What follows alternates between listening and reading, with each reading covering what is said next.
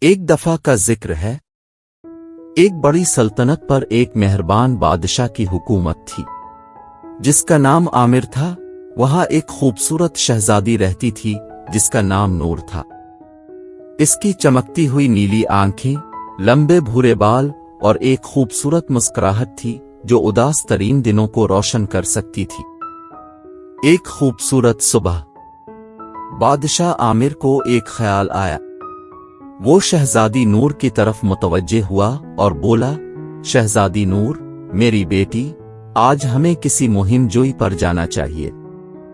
ہمیں قریبی جنگل میں سواری کے لیے جانا چاہیے اور مل کر قدرت کے عجائبات کو دیکھنا چاہیے۔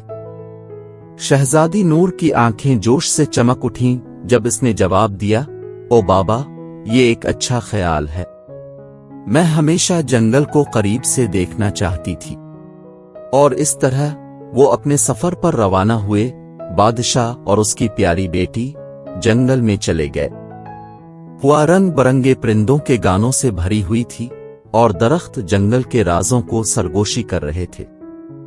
اچانک ایک گرجدار دھاڑ نے جنگل کا سکون چھین لیا اور ایک بہت بڑا شیر جس کے چہرے پر خوفناک نشان تھا پودوں سے نکلا۔ بادشاہ عامر اپنی بیٹی کی حفاظت کے لیے اس کے سامنے آ گیا۔ شیر کی آنکھیں جنگلی شدت سے بھر گئیں۔ وہ بادشاہ کی طرف لپکا اور ایک دم سے شیر نے اپنے طاقتور جبڑوں سے بادشاہ کی ٹانگ کو جکڑ لیا تھا۔ بادشاہ نے درد سے پکارا اور اس کے وفادار محافظ جو پیچھے پیچھے تھے مدد کے لیے آگے بڑھے، لیکن وہ پہنچنے کے لیے بہت دور تھے۔ شہزادی نور اپنے والد کے لیے شدید محبت سے بھری ہوئی تھی اور جانتی تھی اسے تیزی سے کام کرنا تھا۔ اس نے قریب ہی پڑی ایک مضبوط شاخ کو دیکھا اور بغیر کسی ہچکچاہٹ کے اسے اٹھا لیا۔ وہ شیر کی طرف بھاگی۔ اس نے اپنی پوری طاقت کے ساتھ شاخ کو شیر کے سر پر جھٹکا دیا، ایک زوردار ضرب لگائی۔ شیر دنگ رہ گیا اور درد کی وجہ سے بادشاہ عامر کی ٹانگ چھوڑ دی۔ شہزادی نور وہیں نہیں رکی۔ وہ اپنے والد کی حفاظت کے لیے اپنے عارضی ہتھیار کا استعمال کرتے ہوئے بہادری سے شیر کو روکتی رہی۔ نڈر شہزادی اور طاقتور شیر کے درمیان جنگ چھڑ گئی۔ ایک حتمی اچھے مقصد کے ساتھ وہ شیر کو زیر کرنے اور اپنے والد کو بچانے میں کامیاب ہو گئی۔ جیسے ہی شیر شکست کھا گیا، شہزادی نور نے اپنی آنکھوں میں ایک حیرت انگیز منظر دیکھا، پہچان اور تعریف کا ایسا منظر جیسے شیر نے خوفناک شکل کے باوجود اس کی بہادری اور طاقت کو پہچان لیا ہو۔ بغیر کسی ہچکچاہٹ کے شہزادی نے اپنے تھیلے سے پانی نکالا اور آہستہ سے اپنے والد کو پیاس بجھانے کے لیے پیش کیا۔